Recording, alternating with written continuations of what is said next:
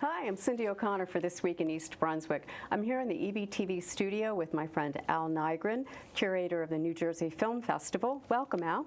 Hi, Cindy. Thanks for having me. So 2012 is 30 years? Yeah, you know, we actually started our 30th anniversary celebration in the fall of 2011 because that's when we started the programming.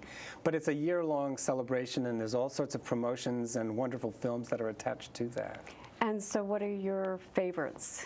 Well, you know, there's some really interesting chick flicks this season. I mean, by chick flicks, not in a condescending way, where we have tough women, young women, who are confronted by society in a variety of different ways, and they kind of have to deal with all sorts of obstacles, calamities, and how they're able to kind of transcend that. We don't get enough of that these days in the movies, where we have strong women who are able to overcome obstacles that are thrown in front of them. Yeah, backtracking just a little bit, for people who aren't really familiar with the film festival, are these big budget films, or? No. Our film festival is very grassroots, and these are films made by people like you and me who want to become filmmakers. There are some that are very established. The Bulls of Pamplona, for example, which is a documentary about that very famous event where there's the running of the bulls in Spain. That's by Aubrey Powell. He's probably one of the most famous British directors today, and this was shot in IMAX.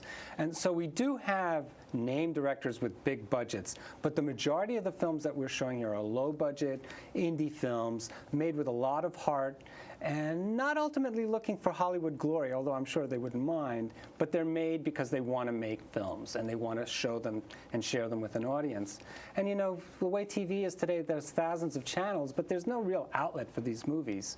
So places like the New Jersey Film Festival is where you can go to see them and meet the directors and the wonderful actors before they launch and become huge. And in many instances, there were a couple of films we showed last season, I should say, where filmmakers have been picked up for distribution, and we're going to see them on the red carpet someday at the Oscars, I have a feeling. Mm-hmm. And there's a mix here of documentary and animation. Short films are the majority of what we get. And you know, we used to show short films all in one evening, and people would not come for whatever reason.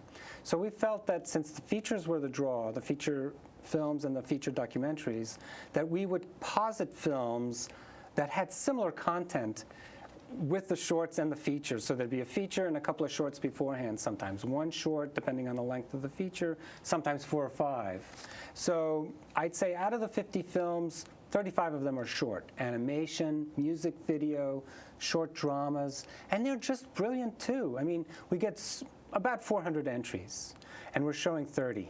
So this is the creme de la creme, and we have a jury made up of students, academics, media people, former winners, and they select these films. As a curator, I am presented these 30 finalists, and I have to find a home for them on the calendar. I don't pick these films personally. It's done by committee. Mm-hmm. Now, later you'll be returning to the studio to interview some of the directors and the actors in a few of the films. Let's talk about some of those that you won't have an opportunity to talk about. Yeah, that's a great idea. There's a wonderful documentary about the Cafe A Go-Go, which I had heard about because Lenny Bruce started blurting out expletives and got him landed in jail. And it was at the Cafe A Go-Go, which I didn't know. So there's a documentary that's done by Jason Solomon. He's from California, and he's going to be flying in to present the film to our audience. And it's a really interesting documentary about 60s underground culture. It's called 7 Years Underground. So that's one that I think people will like. If you like to drink wine, we have a wonderful documentary about Malbec, which is an Argentine grape. Mm-hmm.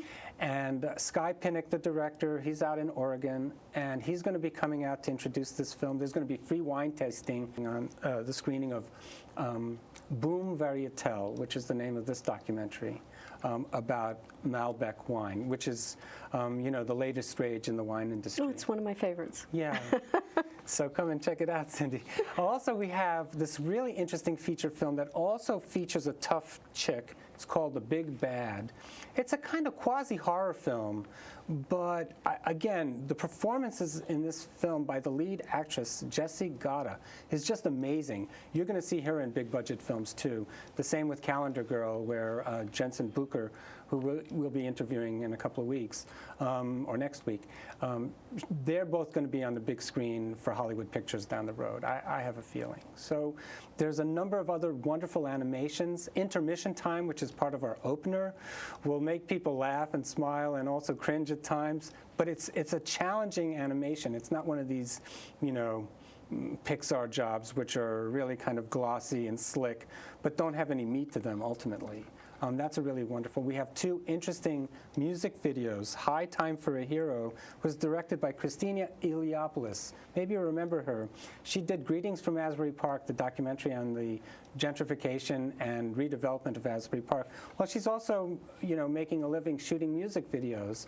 And this one is done by Jeff Saxon. He's a musician from Perth Amboy. That's also a lot of fun. So there's that kind of stuff. People should check our website at njfilmfest.com to get complete blurbs and descriptions about the movies. Al, you're the founder of this festival, so that means you've been doing it for 30 years, and I know you're not doing it for the money. Can you talk a little? I mean, that's a lifetime, really, of It's kind of scary. But it is my baby. I mean, it's something that I nurtured as a graduate student in the early 80s. I wanted to see movies that I couldn't see because back then there was no VCRs, there was no DVRs. Everything was on film. So you'd have to rent a 16-millimeter copy or a 35-millimeter copy, which was very expensive. But I wanted to see the classics. So I got to see Eisenstein's Potemkin. I got to see Blood of a Poet, things that I never would have been able to do without. So it was, in a way, very selfish, but I wanted to share that with everyone else. And in fact, I laid out some of my own measly TA salary when I first started, which I eventually got back, and I did this for free for the first 10 years.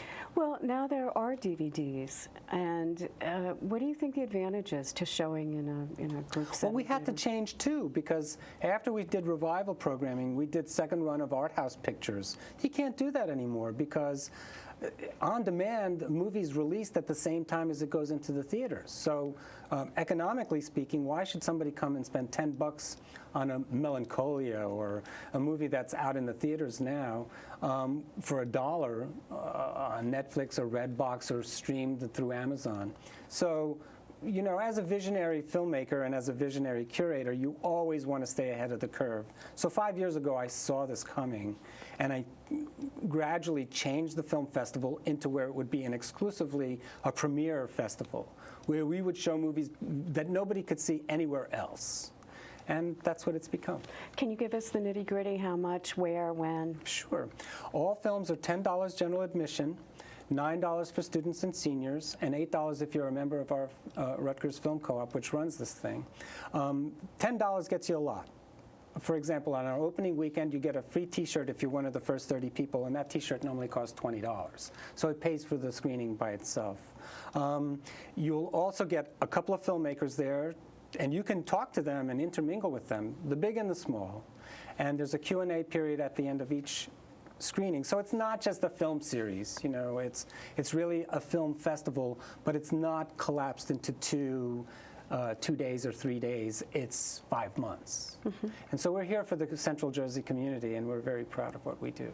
Thank you so much, Al. Thank you, too. Happy New Year. Happy New Year.